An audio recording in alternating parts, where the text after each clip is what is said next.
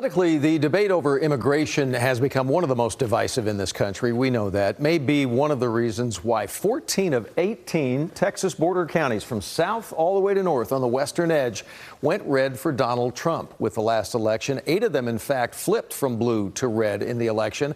His inauguration day now 4 days away, and a lot of people are paying very close attention to what policy changes he will make. And with that in mind, our Ken Molestina spent some time recently in Eagle Pass to hear voices from the border, to understand people's fears, their hopes, their expectations as well from the new administration.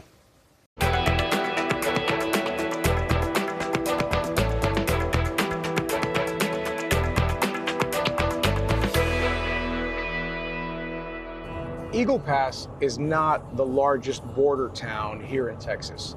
However, since the debate started about illegal immigration and border security, it has become the center focus of this debate. So we wanted to come back here yet again and talk to folks and see how they're feeling about what is in their future with a new presidential administration, namely the Trump administration. In this town, with just over 23,000 residents, political opinions are just as bold as the brisket nachos at their most popular barbecue joint, Choches. It's where we met up with 2 of the town's most vocal advocates in the debate over immigration and border security, Jesse Fuentes and America Garcia Graywall. The promise right now seems to be more patrols, more security, a shutdown of the border, mass deportations. How is that going to continue to affect your town? That's why I'm saying the worst is yet to be seen, because what's coming is ugly.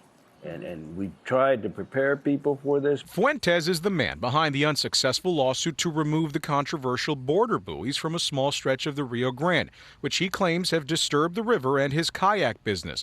Along with Garcia Graywall, they both have stood up against the heavy military and law enforcement presence that has spurred over the past few years. You think you'll ever go back to whatever it was like I have before hope. that? What this is the greatest theft of tax dollars the state of Texas has ever seen, and soon what the United States has ever seen. Neither are looking forward to President Trump and Governor Abbott's plans to continue to secure the border. They see militarization as something positive, but when you have a base to the east, 2 to the north, 1 to the south, and then Shelby Park taken over, we're militarized. While they may not like it, plenty others along this border region do. That might explain why this county, like so many others along the border, flipped, voting red for Donald Trump, something that hasn't happened in recent memory. For the first time in history of Maverick County, this county went red. Another county that flipped was nearby Valverde County, home to Del Rio, yet another border town dealing with unprecedented waves of illegal immigration. So we headed there next. It's where I met gun shop owner Gary Humphreys. Been here in Del Rio for 52 years on the border, and it's not tough doing it, but you got to mind your P's and Q's in the gun business. He says he voted on a split ticket, Democrats for local leaders, but he wanted Donald Trump, a Republican, in the White House. Trump getting in there, he's going to bring back all of, remain in Mexico and all of, says he is. I'm sure he'll do that. And you're looking forward to all of that? Oh yeah, it's already changed. I mean, since he's been making statements. For Humphreys, the switch from blue to red in his home county isn't just tied into promises to secure the border, but by the perception that their economy could also one day return to a bustling one, instead of the sleepy business town that some say it's fallen into. Is that, you think, the main reason why people decided to vote for him? Because they thought that a Trump presidency means more life, more economy back down here on the border?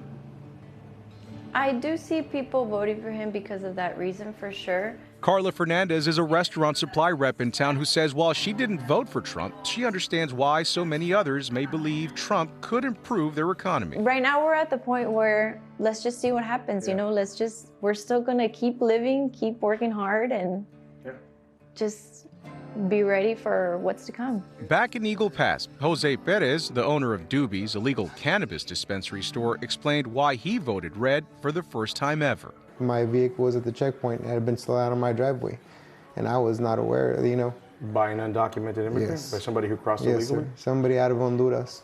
Stole your car. Stole my car. For immigrant activists, there seems to be a sentiment that while Trump's heavier-handed approach to border security is coming, what is really missing here is effective change in immigration policy.